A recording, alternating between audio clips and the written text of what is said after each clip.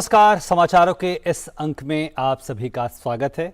मैं हूं ओम प्रकाश दास और मेरे साथ मौजूद हैं सांकेतिक भाषा की एंकर मनीषा शर्मा। सबसे पहले नजर डालते हैं इस वक्त की हेडलाइंस पर।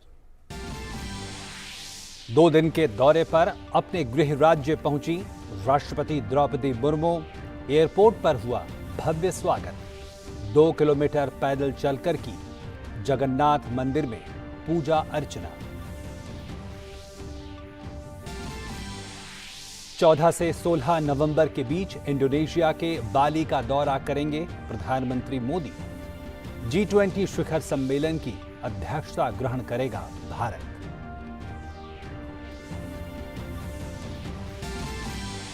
कल से दक्षिण अफ्रीका के दौरे पर होंगे प्रधानमंत्री।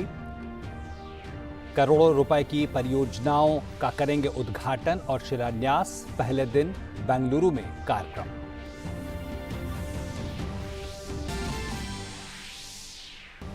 गुजरात में बीजेपी ने पहली सूची में उतारे 160 उम्मीदवार। 38 विधायकों का कटा टिकट। हिमाचल में सभी दलों ने झोंक दी ताकत। थम गया चुनाव प्रचार।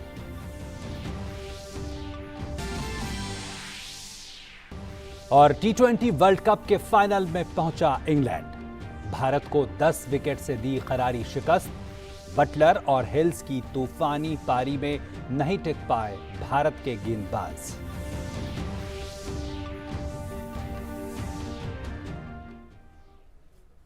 और खबरें विस्तार से देखते हैं। राष्ट्रपति बनने के बाद द्रौपदी मुर्मू आज पहली बार अपने गृह राज्य ओडिशा पहुंची। राष्ट्रपति 2 दिन के दौरे पर आज भुवनेश्वर हवाई अड्डे पर पहुंची तो वहां उनका गर्मजोशी से स्वागत किया गया। उनके आगमन पर राज्य सरकार ने उन्हें पारंपरिक अंदाज में गार्ड ऑफ ऑनर दिया। इसके बाद राष्ट्रपति ने पुरी में भगवान जगन्नाथ मंदिर में पूजा अर्चना की। भगवान जगन्नाथ का आशीर्वाद लेने के लिए लगभग 2 किलोमीटर की पैदल दूरी उन्होंने तय की। राष्ट्रपति के मंदिर जाते समय श्रद्धालुओं ने उनका अभिनंदन किया। ओडिशा के मयूरभंज जिले से ताल्लुक रखने वाली राष्ट्रपति यहां कई अन्य कार्यक्रमों में भाग लेंगी।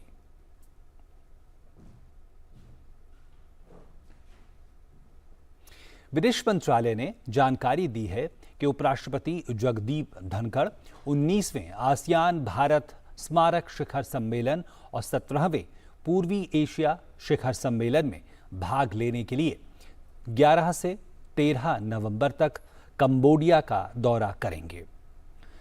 कंबोडिया के राजा के निमंत्रण पर उपराष्ट्रपति जगदीप धनखड़ कंबोडिया की यात्रा कर रहे हैं। जगदीप धनखड़ की ये उपराष्ट्रपति के रूप में पहली विदेश यात्रा होगी। कंबोडिया के प्रधानमंत्री के साथ मुलाकात में दोनों देशों के बीच कई महत्वपूर्ण द्विपक्षीय मामलों पर बातचीत होगी। इस दौरान दोनों देशों के बीच कई समझौते भी होंगे। उपराष्ट्रपति के साथ विदेश मंत्री भी दौरे पर होंगे।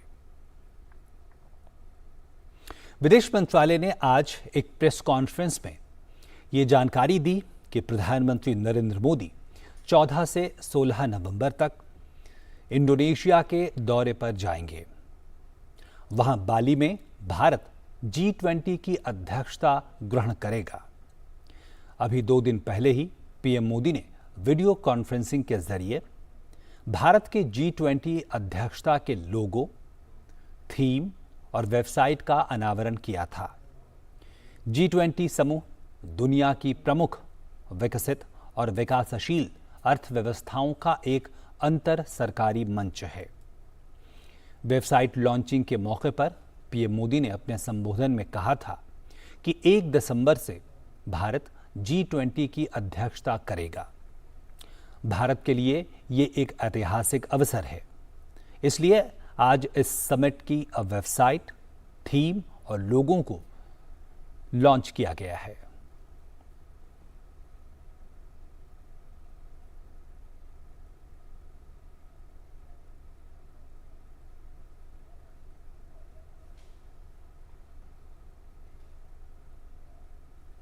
प्रधानमंत्री नरेंद्र मोदी कल से 2 दिन तक दक्षिण भारत का दौरा करेंगे। पहले दिन पीएम बेंगलुरु में कई कार्यक्रमों में हिस्सा लेंगे। यहां नाद प्रभु केम्पा गौड़ा की 108 फीट की प्रतिमा का प्रधानमंत्री नरेंद्र मोदी अनावरण करेंगे। वर्ल्ड बुक ऑफ रिकॉर्ड्स के अनुसार किसी शहर के संस्थापक की ये पहली और सबसे ऊंची कांस्य प्रतिमा है। इसे समृद्धि की मूर्ति कहा जाता है और बेंगलुरु के विकास की दिशा में शहर के संस्थापक केम्पे गौड़ा के योगदान को मनाने के लिए बनाया गया है।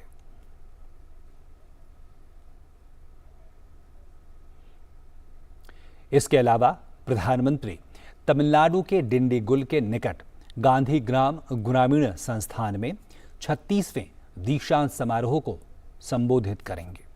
प्रधानमंत्री समारोह में 2300 से अधिक छात्रों को डिग्रियां और पदक प्रदान करेंगे। पीएम मोदी के दौरे को देखते हुए तमिलनाडु के मदुरै अंतर्राष्ट्रीय हवाई अड्डे और उसके आसपास सुरक्षा कड़ी कर दी गई है। प्रधानमंत्री के लिए त्रिस्तरीय सुरक्षा व्यवस्था के तहत हवाई अड्डे के आसपास सुरक्षा प्रदान करने के लिए शहर के पुलिस आयुक्त के नेतृत्व में 1500 से अधिक पुलिस कर्मियों को तैनात किया गया है। भारतीय जनता पार्टी ने गुजरात विधानसभा चुनाव के लिए आज 160 उम्मीदवारों की पहली सूची जारी कर दी है। मुख्यमंत्री भूपेंद्र पटेल घाटलोदिया सीट से और गृह राज्य मंत्री हर्ष सांघवी माजुरा विधानसभा क्षेत्र से उम्मीदवार होंगे।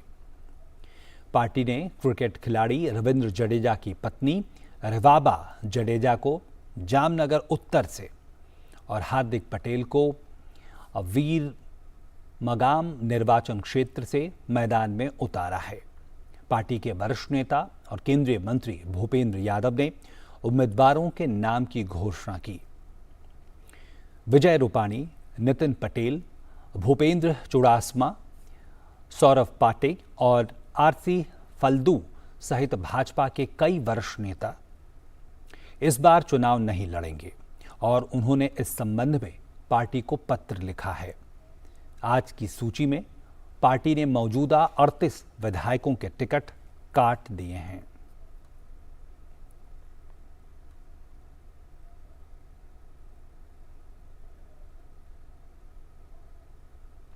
गुजरात विधानसभा चुनाव के दूसरे चरण की अधिसूचना जारी होने के साथ ही नामांकन पत्र भरने की प्रक्रिया शुरू हो गई है और इस चरण में मध्य और उत्तरी गुजरात की 93 सीटों के लिए 5 दिसंबर को वोट डाले जाएंगे। 17 नवंबर तक नामांकन दाखिल किए जा सकते हैं। पत्रों की जांच 18 नवंबर को होगी। नाम वापस लेने की अंतिम तारीख 21 नवंबर है। पहले चरण के लिए कल शाम तक कुल 12 नामांकन पत्र भरे गए थे। इस चरण के लिए 89 सीटों पर 1 दिसंबर को वोट डाले जाएंगे। वहीं 14 नवंबर तक नामांकन पत्र भरे जा सकते हैं। पत्रों की जांच 15 नवंबर को की जाएगी। नाम वापस लेने की अंतिम तारीख 17 नवंबर है। इसके साथ ही मतगणना हिमाचल प्रदेश के साथ 8 दिसंबर को ही कराई जाएगी। राज्य की 182 सीटों के लिए 2 चरणों में मतदान होना है। गुजरात विधानसभा का कार्यकाल 18 फरवरी 2023 को समाप्त हो रहा है। 182 सदस्यों वाली राज्य विधानसभा में 13 सीटें अनुसूचित जाति और 27 अनुसूचित जनजाति के लिए सुरक्षित है। हिमाचल प्रदेश की 14वीं विधानसभा की 68 सीटों के लिए प्रचार आज थम गया। 12 नवंबर को यहां वोट डाले जाएंगे और नतीजों की घोषणा 8 दिसंबर को की जाएगी। 24 महिलाओं सहित कुल 412 उम्मीदवार मैदान में हैं। इनमें अनुसूचित जाति की 17 और अनुसूचित जनजाति की 3 सीटें शामिल हैं। भारतीय जनता पार्टी और कांग्रेस के बीच मुख्य मुकाबला है। सिराज सीट से भाजपा के मुख्यमंत्री जयराम ठाकुर को अपना उम्मीदवार बनाया है तो कांग्रेस ने चेतराम ठाकुर को टिकट दिया है। इसके अलावा दिग्गज नेता दिवंगत वीरभद्र सिंह के बेटे विक्रमादित्य सिंह एक बार फिर शिमला ग्रामीण से मैदान में हैं। उनके खिलाफ भाजपा ने रवि मेहता को उतारा है। कांग्रेस नेता कौल सिंह ठाकुर को मंडी जिले की दरंग सीट से पार्टी ने फिर प्रत्याशी बनाया है। भारतीय जनता पार्टी और कांग्रेस ने सभी सीटों पर, जबकि आम आदमी पार्टी ने 67, बहुजन समाज पार्टी ने 53, मार्क्सवादी कम्युनिस्ट पार्टी ने 11, भारतीय कम्युनिस्ट पार्टी ने 1 सीट पर अपने उम्मीदवार उतारे हैं। 97 निर्दलीय मैदान में हैं और अन्य 46 सीटों पर चुनाव लड़ेंगे। सबसे अधिक उम्मीदवार वाले निर्वाचन क्षेत्र हैं चंबा, कांगड़ा, कुल्लू, मंडी, हमीरपुर, सोलन, शिमला, ऊना, बिलासपुर और सिरमौर, और सबसे कम उम्मीदवारों वाले निर्वाचन क्षेत्र में लाहौल स्पीति और किन्नौर शामिल हैं।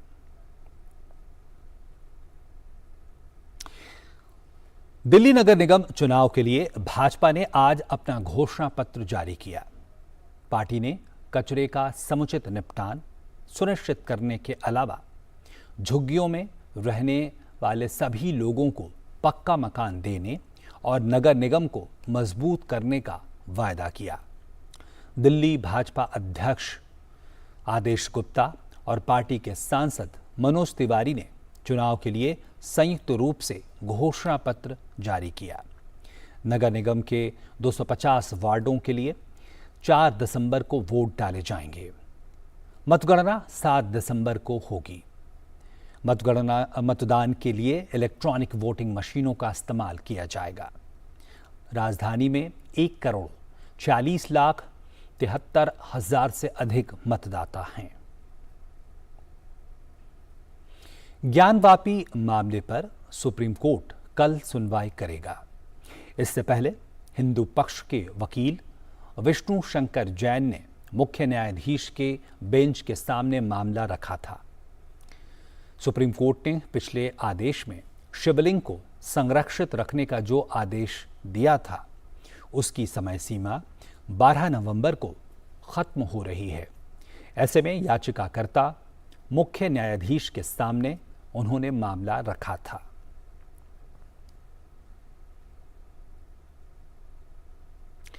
करीब 200 करोड़ रुपए के मनी लॉन्ड्रिंग केस में अभिनेत्री जैकलीन फर्नांडिस आज दिल्ली के पटियाला हाउस कोर्ट में पेश हुई। उनकी जमानत को लेकर फैसला कल आ सकता है। कोर्ट ने दोनों पक्षों की दलीलें सुनी। ईडी ने कहा कि जैकलीन ने जांच में सहयोग नहीं किया है। वहीं जैकलीन ने इन आरोपों को खारिज करते हुए ये कहा कि उन्होंने जांच में पूरा सहयोग दिया है और ईडी उन्हें परेशान कर रही है। दलीलें सुनने के बाद कोर्ट ने ईडी से पूछा कि अगर सबूत है तो अब तक उनकी गिरफ्तारी क्यों नहीं हुई। कोर्ट में पेशी के बाद जैकलीन फर्नांडिस ने उनके वकील ने बताया कि कोर्ट में करीब 1.5 घंटे तक बहस हुई और कोर्ट ने अपना फैसला सुरक्षित रखा है। राष्ट्रीय जांच एजेंसी ने आज कोयंबटूर सिलेंडर विस्फोट के जांच के सिलसिले में तमिलनाडु के 45 स्थानों पर छापेमारी की। एनआईए के अधिकारियों ने राज्य पुलिस के साथ मिलकर आज कोत्तामेदु, पोनविजानगर, रत्नापुरी और उदक्कम जैसे इलाकों में घटना से संबंधित संदिग्धों के आवासीय परिसरों पर छापेमारी शुरू की। 23 अक्टूबर को कोयंबटूर में एक मंदिर के सामने एक कार में धमाका हुआ था। इस हादसे में आरोपी जमीशा मुबिन की मौत हो गई थी। बाद में मुबिन के घर से आतंक फैलाने और जिहाद से जुड़ी सामग्री बरामद की गई थी। वहीं राज्य सरकार के आग्रह पर इस मामले की जांच एनआईए को सौंपी गई थी।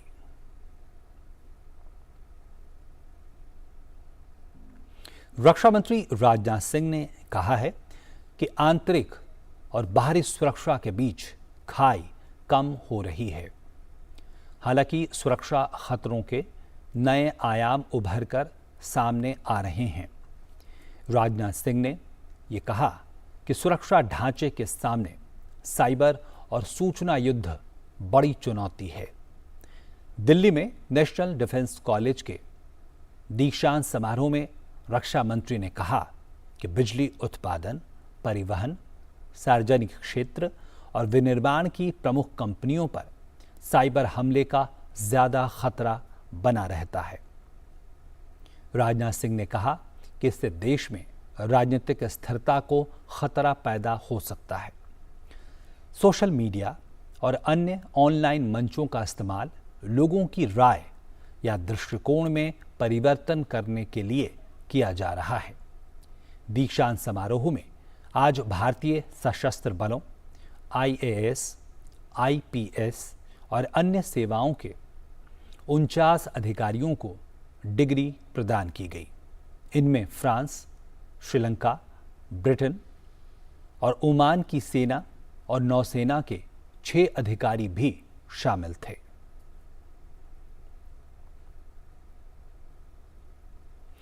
केंद्रीय विज्ञान और प्रौद्योगिकी मंत्री डॉक्टर जितेंद्र सिंह ने भारतीय जैविक डेटा केंद्र के क्षेत्रीय जैव प्रौद्योगिकी केंद्र फरीदाबाद को राष्ट्र को समर्पित किया। इस अवसर पर जितेंद्र सिंह ने कहा कि भारत सरकार के बायोटेक प्राइड दिशा निर्देशों के अनुसार आईबीडीसी को भारत में सार्वजनिक रूप से वित्त पोषित अनुसंधान से उत्पन्न सभी जीवन विज्ञान डेटा को संग्रहित करना अनिवार्य है। उन्होंने कहा कि डेटा भारत के मरीजों के इलाज के लिए बेहद जरूरी है। भारतीय रेलवे ने अपने समूचे ब्रॉडगेज नेटवर्क पर 82% विद्युतीकरण कार्य पूरा कर लिया है। नेटवर्क के 65,000 किलोमीटर से अधिक रेल मार्ग में से 53,000 किलोमीटर से अधिक रेल मार्ग पर पिछले महीने तक विद्युतीकरण हो गया है।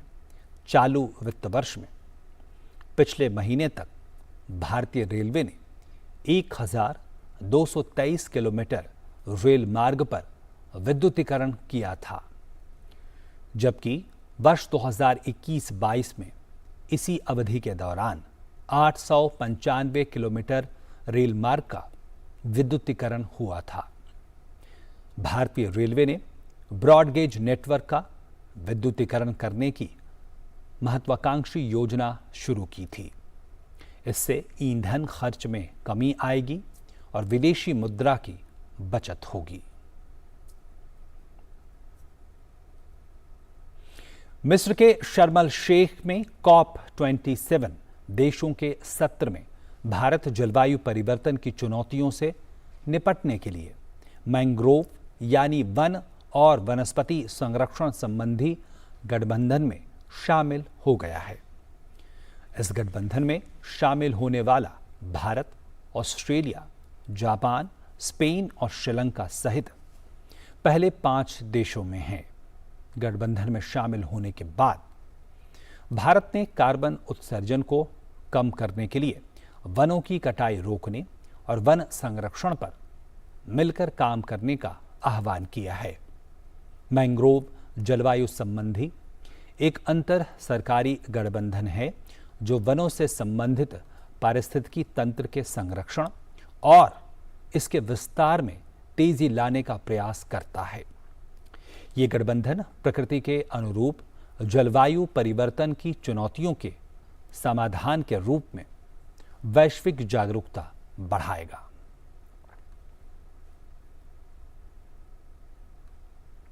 अमेरिका में मध्यावधि चुनाव चल रहे हैं। इस मौके पर लोग तरह तरह से मतदाताओं को वोट डालने के लिए प्रेरित कर रहे हैं।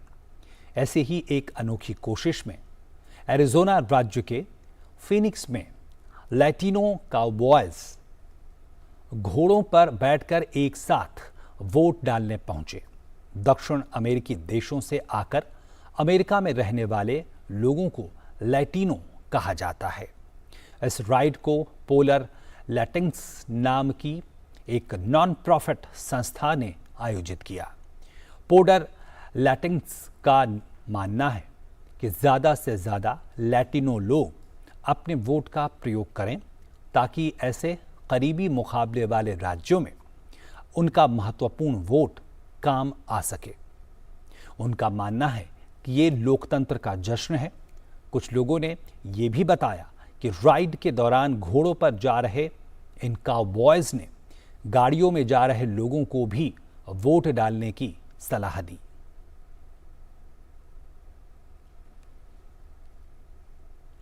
इंग्लैंड ने आईसीसी T20 विश्व कप के फाइनल में स्थान बना लिया है। दूसरे सेमीफाइनल में इंग्लैंड ने भारत को आसानी से 10 विकेट से हराकर खिताबी मुकाबले में प्रवेश किया। फाइनल में इंग्लैंड का सामना रविवार को पाकिस्तान से होगा। जीत के लिए मिले 169 रन के लक्ष्य का पीछा करने उतरी इंग्लैंड को कप्तान जोस बटलर और एलेक्स हेल्स ने टीम को मजबूत और तेज शुरुआत दी। दोनों ने पहले विकेट के लिए शतकीय साझेदारी निभाई। दोनों बल्लेबाजों ने अर्धशतक लगाने में सफलता पाई। हेल्स और बटलर ने भारतीय गेंदबाजों को पूरी तरह से नाकाम करते हुए मैदान के चारों तरफ शानदार शॉट लगाते हुए टीम को 10 विकेट से जीत दिला दी। हेल्स ने 47 गेंदों पर नाबाद 46 और बटलर ने 49 गेंदों पर नाबाद 80 रनों की पारी खेली।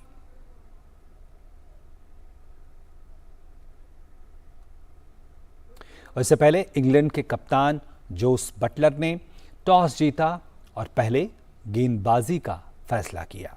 भारतीय टीम ने पहले बल्लेबाजी करते हुए निर्धारित 20 ओवरों में 6 विकेट पर 168 रन बनाए। मैच में भारत की पहली विकेट केएल राहुल के रूप में गिरी, जिन्हें 5 के स्कोर पर क्रिस वोक्स ने आउट किया। रोहित शर्मा और विराट कोहली ने दूसरे विकेट के लिए 47 रन जोड़े। कप्तान रोहित शर्मा 28 गेंदों पर 27 रनों की उन्होंने पारी खेली। सूर्य कुमार यादव ने 10 गेंदों में 14 रन बनाए। विराट कोहली क्रीज पर जमे रहे और 50 का आंकड़ा पूरा किया। कोहली ने 39 गेंदों पर अर्धशतक लगाया। इस पारी में 43 रन बनाते ही कोहली ने T20 में 4000 रन पूरे किए। ये उपलब्धि हासिल करने वाले कोहली दुनिया के पहले बल्लेबाज हैं। अंतिम ओवरों में हार्दिक पांड्या ने भी अच्छे हाथ दिखाए और अर्धशतक लगाया। पांड्या मैच की अंतिम गेंद पर हिट विकेट हुए। उन्होंने 33 गेंदों में 63 रन बनाए।